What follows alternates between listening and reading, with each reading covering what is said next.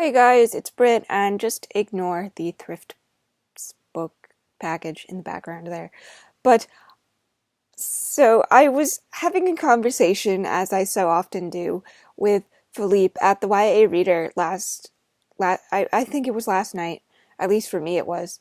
But we were kind of talking about we read Wolf by Wolf by Ryan Groudon, and how I rated it 5 stars while he gave it a 3-star rating. And we were having this conversation, and he gave some of the reasons why he thought that it didn't deserve more than 3 stars, and that kind of brought me back to another channel that I watched a lot, quite often, Francina Simone. She is wonderful, and she talks a lot about the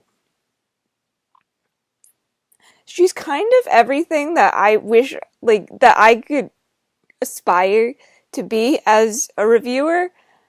And she has a lot of insight, even though some of her reviews hurt my heart a little bit, like her review of The Raven Boys. But that's okay, because she had a good point. Just because we enjoy a story, I just because we enjoy a story, that doesn't necessarily mean that it is the highest quality of storytelling that it could be.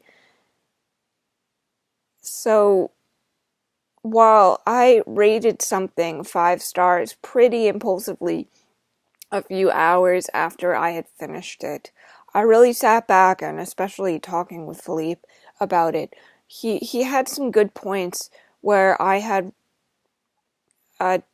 kind of been dismissive about some of the elements of the story, just because I was really sleep deprived, because I had woken up at 3 o'clock in the morning to use the bathroom, and once I get up I can't go back to sleep, so I decided to finish up this novel.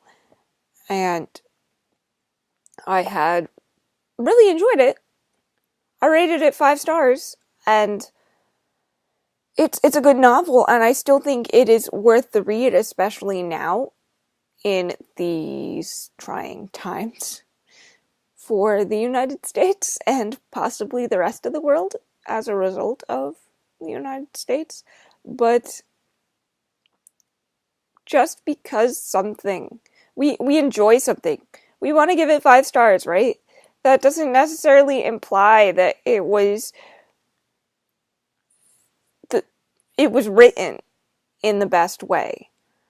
And I think a lot of BookTube has this problem where we will thoroughly enjoy something, and so our impulse is to rate it 5 stars. But we have to take a step back a little bit and really think before we rate. And is it really a high quality book? Like, I don't want to say that something doesn't deserve to be published. I would never say that, because everybody has the right to publish a book. But Francina makes a point that we don't really focus on quality anymore. We're kind of getting these books where it's the same plot over and over and over again, and we're not doing anything to make a change. And not to trash YA, but YA fiction is incredibly, like, it's the best example of this, and we're seeing the same thing over and over again. And it's because we're not demanding high quality content. We're just turning off our brains to read, and I think there's a time and a place for that, but if we as booktubers don't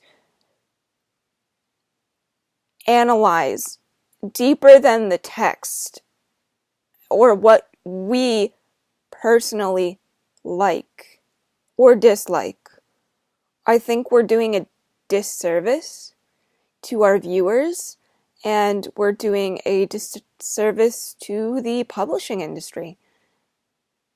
And because publishers, they, well, not even a disservice to publishers, but to authors, because the publishing industry doesn't really care all that much. It's a money game.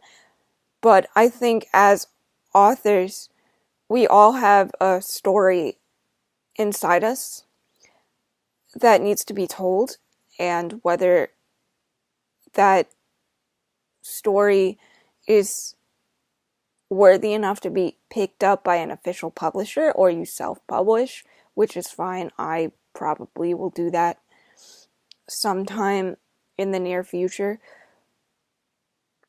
But I think what we need to learn to do is think more critically about the work that we are paying our money for, and that we are spending our money on, not paying for. That was a miss. I misspoke. I apologize. What we spend our money on, because these books are very expensive, and you can go to the library and get a lot of this for lack of a better way to phrase this. You can go to the library and read these books for free.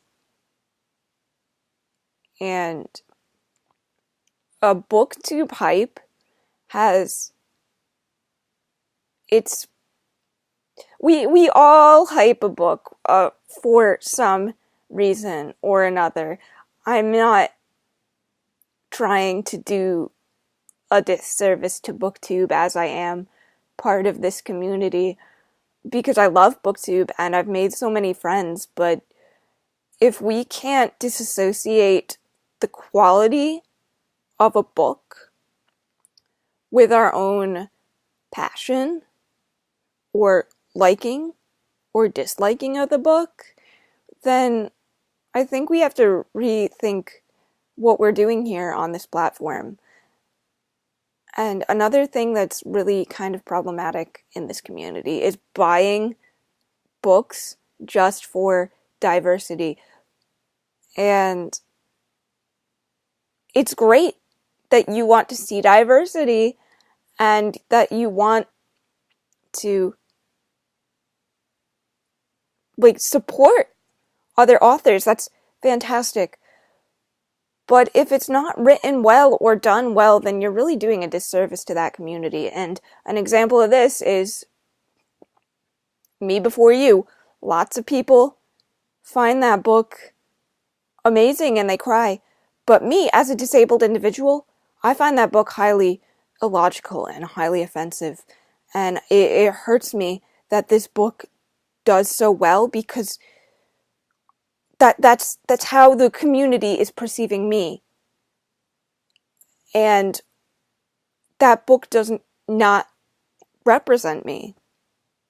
And I think it's a problem. So this is just food for thought, guys. I don't know. It's finals week. I just wanted to spill some thoughts, but I mean, no offense. Go watch Francina's videos about this if you, subscribe to Francina. And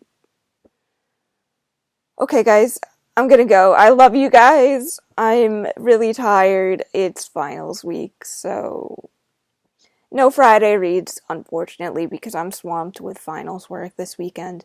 But I love you, and I'll see you in the next video.